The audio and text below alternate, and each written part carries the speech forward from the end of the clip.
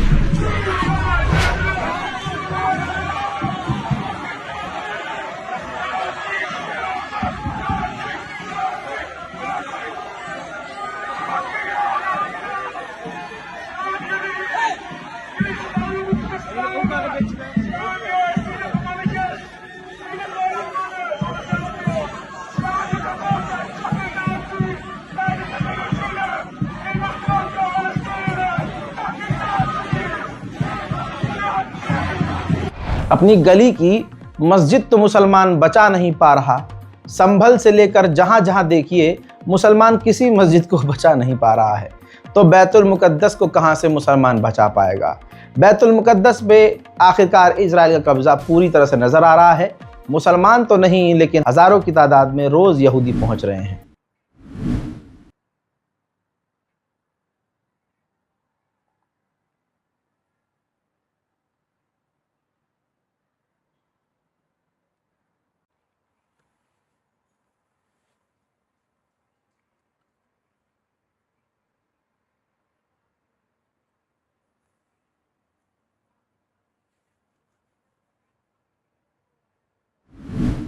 उधर इजराइल के सेटलर्स फिलिस्तीनियों की जमीन पर, उनके घरों पर हमले कर रहे हैं।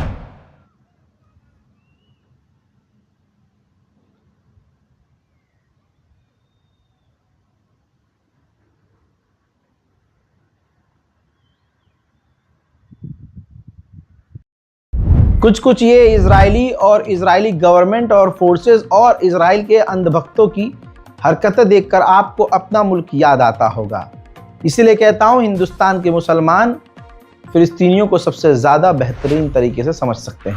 हुथीज ने लाल सागर में नेदरलैंड के जिस जहाज पर हमला किया, जिसका कनेक्शन इजराइल से था, उस जहाज की तबाही का मंजर सामने आया है।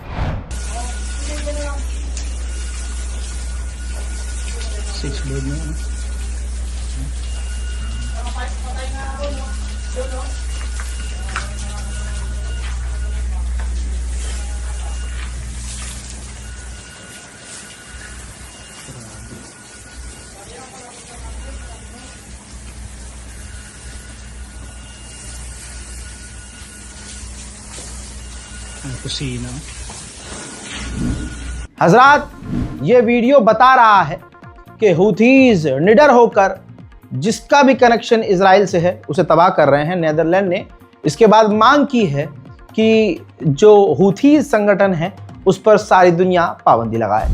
मोहतरम हजरात, रूस के राष्ट्रपति व्लादिमीर पुतिन ने एक इंटरव्यू में पब्लिक के सामने कहा कि गाजा फिलिस्तीनी बच्चों का कब्रिस्तान बन चुका है और फिलिस्तीन का मुद्दा तब तक हल नहीं हो सकता जब तक हम फिलिस्तीनी कल्चर की बात ना करें। उनके कल्चर को बचाना होगा तभी, यानी एक तरह से 2 स्टेट सॉल्यूशन की बात करते हुए पुतिन नजर आए हैं। लेकिन दोगलेपन इस सांप का ये देखिए कि इसने इजराइल का नाम तक नहीं लिया कि इजराइल गाजा के अंदर जेनोसाइड कर रहा है। देखिए The situation in Gaza. The situation in Gaza, well, it's a horrible thing in the modern history of mankind. And even the pro-Western Secretary General of the United Nations Organization, Guterres, said that Gaza was turned into the biggest children's cemetery in the world. What could be more tragic? As for the proposal of President Trump's on Gaza, you know, it might come as a surprise to you, but Russia is ready to support it. If, of course, we need to give it a close look, to read it carefully, if this leads to its final objective. वहीं China ने clear cut कह दिया है कि America veto power का misuse कर रहा है। अगर बार बार अमेरिका वीटो पावर इस्तेमाल ना करता यूएन के अंदर, तो हम अब तक गाजा में सीजफायर करवा चुके होते। सोचिए, अमेरिकी 40% वोटर्स, बड़ी बात है ये, 40% वोटर्स का यह मानना है अमेरिकी कि इजराइल जानबूझकर गाजा के लोगों को, सिविलियंस को कत्ल कर रहा है। उधर इजराइल ने 4 अपने ही फौजियों को जेल में डाल दिया, क्योंकि उन फौजियों ने गाजा में नरसंहार करने से और गाजा जाने से इनकार कर दिया। गाजा के फिलिस्तीन के समर्थन में फ्रांस की सड़कों पर अभी तक प्रदर्शन जारी है। अभी भी देखिए।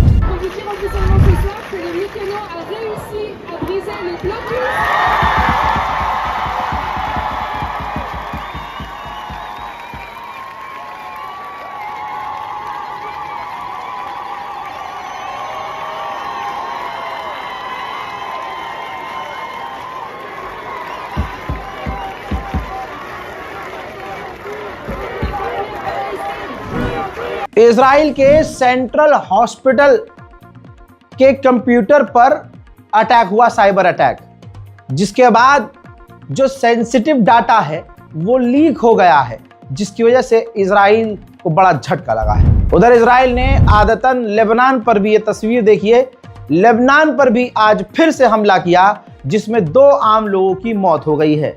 कहने के लिए इजराइल ने लेबनान से सीज फायर किया हुआ है। कल मैंने दिखाया था हीरा जोलानी जो है पूल खेल रहा है, और आलोचना सारी दुनिया ने की। फिर देखिए, जो बात कही थी सही साबित हुई। सीरिया पर एक बार फिर से इजराइल ने हमला किया।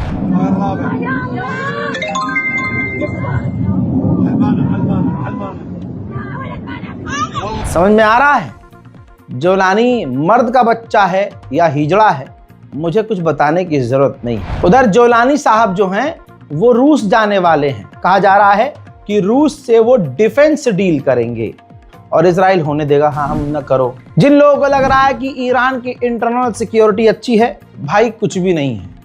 खुदा की कसम, सबसे घटिया सिक्योरिटी ईरान की इंटरनल सिक्योरिटी है भाई, बहुत गंदी। सोचिए, 12 डेज वॉर के बाद रोज ईरान में आग लग रही है, रोज धमाके हो रहे हैं। ईरान क्या कर पा रहा है? ठीक है, ईरान लड़ने में अच्छा है, लड़ भी लेगा, इजराइल का नक्शा वो थोड़ा थोड़ा बिगाड़ भी देगा, मानते हैं, माना भी है हमने। सोचिए, ये इस रिपोर्ट को देखिए, ईरान के एक लैबोरेटरी में धमाका हुआ। इस धमाके में एक ईरानियन मारा गया है, कई घायल हैं, और ईरान ये बताना नहीं चाहता कि ये धमाका किसने किया है। हालात दिन प्रतिदिन ईरान के खराब हैं और गाजा के भी।